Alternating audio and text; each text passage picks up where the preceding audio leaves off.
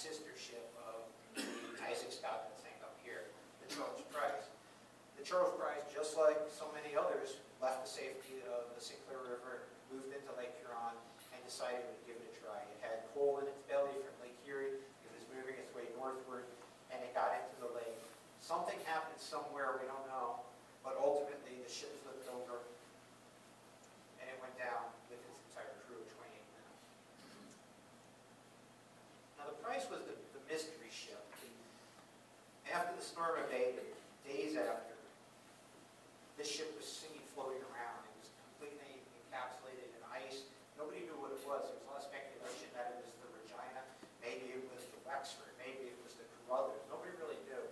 And so a small tugboat, the Sport, went out with a hard hat diver, and the seas were, the storm was over, but the seas were still pretty snarly. You know how it goes when it takes a while for things to settle.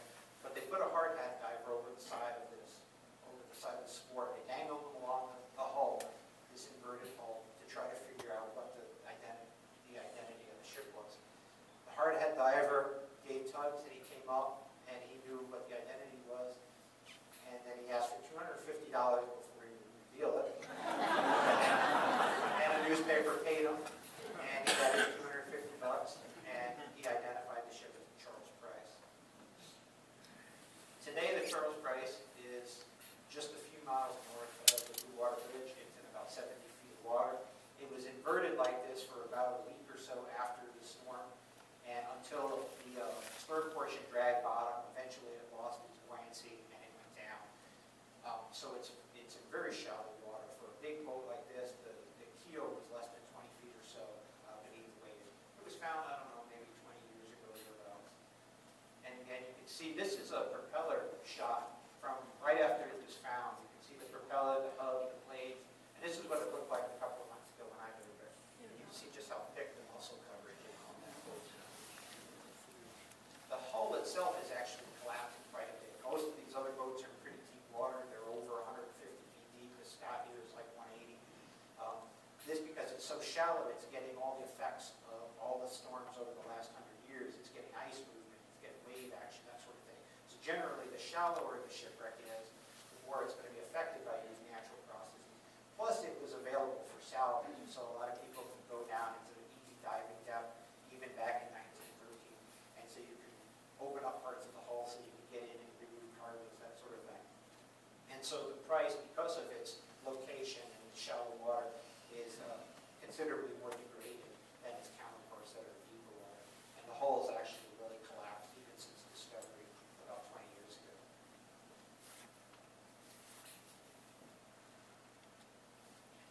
If this boat looks familiar, it should. It's an exact sister of the leaf field that wrecked up at Angus Island near Thunder Bay, Ontario. It came out of the exact same yard in Sunderland, England, as too did the Turret Chief and the Scottish Hero. Both of those vessels were battered at Lake Superior, but ultimately survived.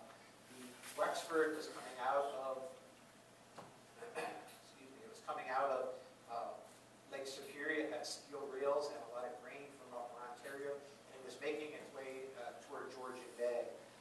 Eventually, it was following the same kind of path as the Carruthers and some of the other boats that were locking out at Sault Ste. Marie, heading south into Lake Huron, and eventually succumbed to the storm and went down in the very lower end of the lake with another 20 lives. This boat was found. It created quite a stir. There was a lot of problems with this. Most of the wreckage that was coming up off of these ships was ending up in the same place over in Kincardine and over in Goodrich, Ontario. And there was a lot of intermingling. You had lifeboats coming off the Scott from way up here. You had bodies coming in that were wearing Wexford life jackets. You had other bodies that were coming in wearing Regina life jackets and Charles Price life jackets. And then there was a mix-up somewhere along the line that created quite a stir. There were crew members that were positively identified from coming from one ship that were wearing life jackets from other ships. And so a lot of speculation started churning. How can this be? And so there was an idea that perhaps these ships actually encountered one another within the storm, that they ended up maybe colliding with one another. Or one ship went down and another ship came to its aid and put the survivors It's something we'll never know because all of the people that were involved in the story ended up perishing in the storm. There's other speculation that there are actually people going and picking wreckage, as a lot of us do today. You know, when the Nordmeer was wrecked here, people went, before the Germans could get it reversed, the locals were out there stealing everything they could off of it. And a lot of the things started coming ashore, pieces, as it was being salvaged, it was being taken apart, and things were starting to wash in. I live up on Huron Beach, near Alpha John Road, and planks from the cargo hatches were coming ashore, and people were picking them up. It's just kind of, it's raw materials, it's free stuff. And when you're in a remote area in Ontario, and you get wreckage there, it's easy to go and pick up things that might be useful to you. And then there was a lot of word in the newspapers and by the local constable that if you take any of this wreckage, you're going to be heavy fines, you're going to be jail sentences. And so there was speculation that some of the life jackets that were taken off of corpses were then returned to the incorrect corpse. But again, it's something that we're never going to figure out. It's all the witnesses are gone and all the evidence is gone.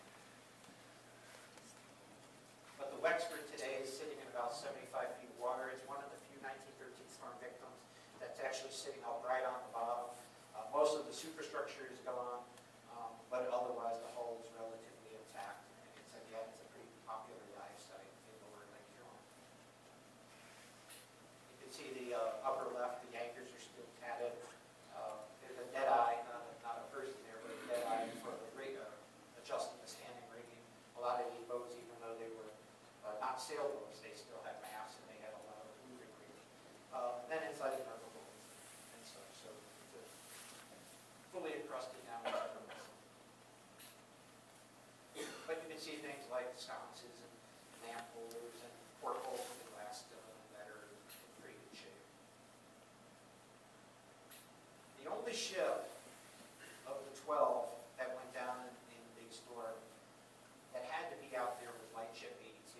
This was a boat that was essentially a floating lighthouse. There were a bunch of them around navigational hazards up and down the Great Lakes, including off of Port Huron. This one was stationed off of Buffalo, New York. There was a reef there that was a bad navigational hazard, but because of the nature of the reef, you couldn't build a lighthouse on it, so you would park a light ship over the top of it. You had a floating lighthouse. This was moored pretty permanently over the top of this navigational hazard. The crewmen worked for the government. It was their duty to stay on station. In fact, they needed to be out there to warn ships of the danger, so they couldn't abandon the station. Eventually, as the storm moved out of Lake Superior across where it did the most damage on Lake Huron, 8 of the 12 vessels went down on Lake Huron, and it moved into Lake Erie and pushed up the water pretty good on the eastern basin around Buffalo, where this lightship was stationed, and eventually it ended up just going down with its entire crew. About a year after the lightship went down, it actually bobbed up and got washed up on the beach, and it was salvaged and refit and put back into service, not on the same shoal, but on a different. And eventually, years later, it was scrapped. The storm never really made it into Lake Ontario. It kind of started petering out and kind of moving across land by that point. And by then, commercial shipping had enough warning that they weren't going to send any more big boats out into this until the whole storm abated. And so there were no terminal losses on Lake Ontario. Now, of the dozen ships that we're talking about, the ones that are red are still out there somewhere. The Hydrus and the Carruthers, these are big boats. It's a 550-foot long steel ship. And it seems crazy that we can't find a 550-foot long steel ship out in the lake. And people that don't live on the Great Lakes think it's absurd really, that you can't find a ship out in the lake. But it's a big lake out there. And it left from point A and it was going to point C, and we don't know where it ended up in between because there was nobody left to tell the tale. So a lot of these boats are still out there. The Smith was just found a few months ago. So eventually I suspect that we'll come across these boats, not here in the Marine Sanctuary, but probably in the lower end of Lake Huron. Now this is a library, so we have lots of other resources here. If you're interested in books on the 1913 storm, there have been quite a few written.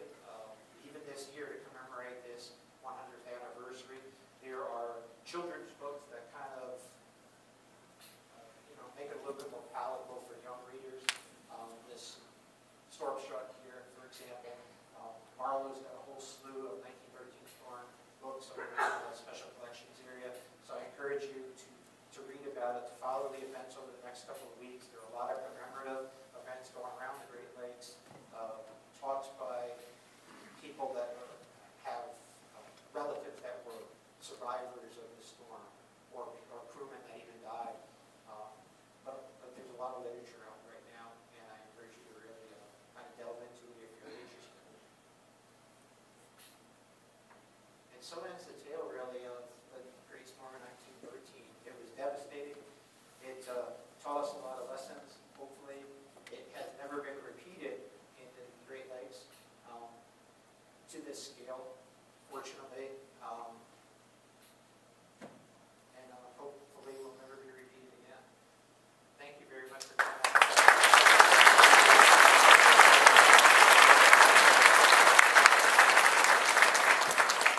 I will be happy to answer any questions if I can. Well, we're going to do 5 minutes of answers, or questions and answers, and then you need to contact Wayne Lusardi. Now, Marlo. No, I don't have any answers. And Wayne, if you will speak your question really loud, but we'll have Wayne repeat it because we probably won't be able to hear it. Marlo, when we met, she was a graduate student at East Carolina University, where I went to, and her thesis topic was actually the Great Storm of 1913. So don't let her go away. Yes, sir.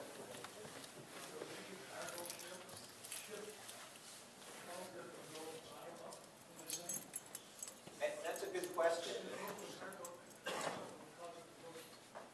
Right. Yeah, generally, when you're carrying, the question was there a cargo ship that perhaps contributed to these vessels turning over? And I suspect not, because most of them are carrying big, heavy bulk cargoes that provided actually a pretty low center of gravity, so they stabilize the vessel if they did anything. I think, though, basically, if you look at a Great Lakes boat from this time, you're looking at a very, very flat bottom. And when you get into 35-foot seas, you get into a bad way at the trough, you're trying to turn around or turn into it, it's just especially bad for you, and it's going to blow the ships. And the price was sort of evidence of that because it was already flushed off on the surface. So yeah, I don't think it was a major cargo ship. I think they were pretty full up, so that there wasn't a lot of movement, or the center of gravity was pretty low already. You mentioned that some of the ships were talking between like the shore island and the ships. Did they have radios, or was it Morse code or something like that? There were wireless. The technology of wireless radio existed. The Titanic typed out its SOS a year before all of this happened, for example. However, it wasn't on the Great Lakes, really. It wasn't widespread, certainly. I don't know if any boats had it on the Great Lakes or not. But how they did communicate were by signals, by visuals, whether they were flags or whatever, and by sound, by different forms like whistles and bells and that kind of thing. Now, most of these ships, when they left their safe harbors, whether it was at Sault Ste. Marie or Port Huron or Marquette, the Gale flags were already up. They were able to talk to their shipping agents. They were able to talk to the local meteorologists and get the most advanced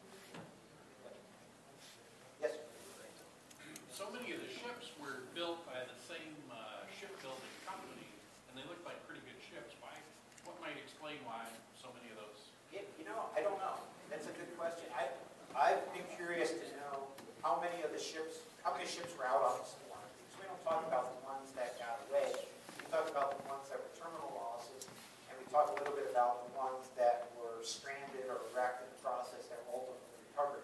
But how many more were actually out there? And of that percentage of ships that were actually out there, how many were coming out of the yards? By 1913, by the early 20th century, the mom and pop kind of shipbuilding industry was over with. And you were building these big boats and these big yards, and so it's not uncommon for many, many dozens of ships to have all come out of and off the same designs. And so I don't know if it's like putting a triangle across the United States and saying, well, most of the car accidents were Fords because of some design flaw, or if it was because there were actually more Fords that are operating in the United States. I don't know. That's a good question. But there's nothing that seems like that there were design flaws other than the basic flat bottom configuration that ultimately could not deal with a 30 to 40 foot sloop. So I don't know. It's really interesting to delve into that. Yes, ma'am. Me? Yeah. Hi, since they went out to the water, like made the decision to go out, were the families of the dead workers compensated, or did the company say, you went out and you did it and we're not going to compensate these families? In some cases, yes. In some cases, no. There's actually one kind of, not really an amusing story, but one of the guys that was on the Carruthers, I believe, ended up not being on the Carruthers. And the ship went out. He missed the boat. And ultimately, his family was told that the guy went down on the ship. And eventually, he showed up back in town. He wasn't paying attention much to this. He went to see his girlfriend, that kind of thing. And then a couple of days later, he kind of went to Mom and Dad's house. And Mom was ecstatic that he was still alive. And Dad was very embarrassed and pretty pissed off that he was just paid for a funeral and the whole works. So, but he got over it. So there was compensation for the most part. Yeah. And again, usually it takes these big catastrophic events to really make the longshoremen unions and sea unions and that sort of thing really kind of come together and really start to take care of its people a little bit better. Unfortunately, it often takes a disaster of this magnitude to kind of straighten that out a little. Wayne over here. Yes. I was wondering if any other companies that want to end up going out of business. That's a good question. I don't know. I don't know of any that did go out of business because it was such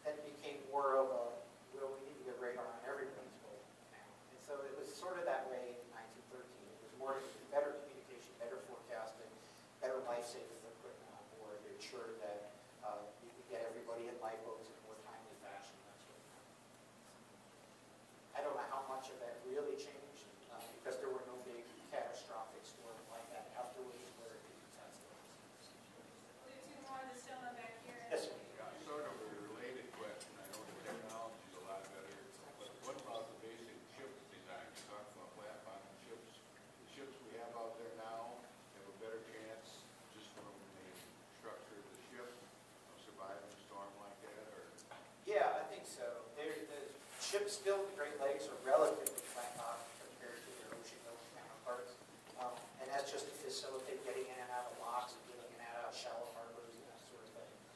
You don't have an ocean depth all the way from point A to point Z.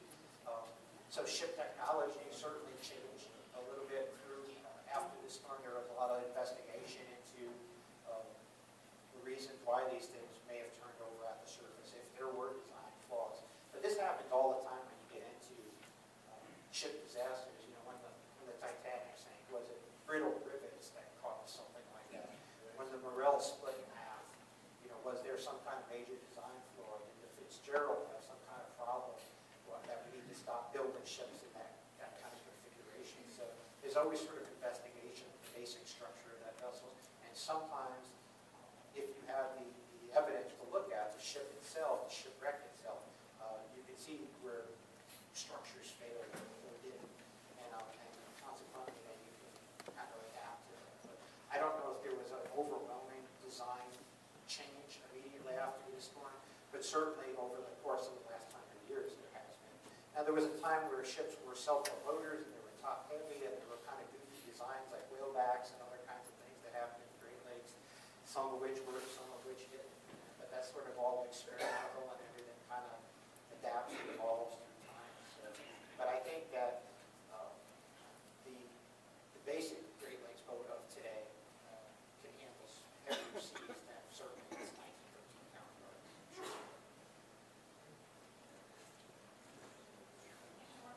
One more.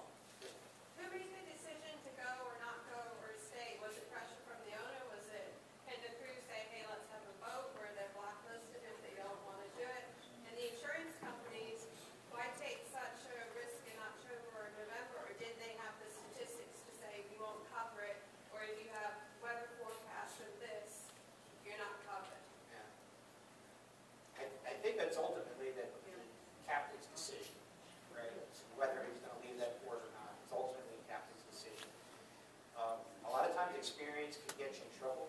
If you look at who runs aground between Sugar Island and North Point Reef, it's mostly guys that have lived here their entire lives, that know the shortcut through that cut, right?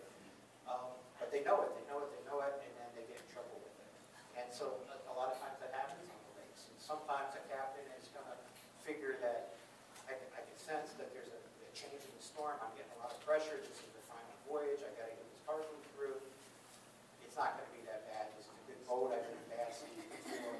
So ultimately, it's the captain's decision. Now, whether he's getting a lot of pressure from the ship owners and the fleet owners, probably. But in the end, it's his decision. And the crew can rebel or not, I suppose. But I don't know of any that really do. So, as far as insurance, when are ships not insurable seasonally?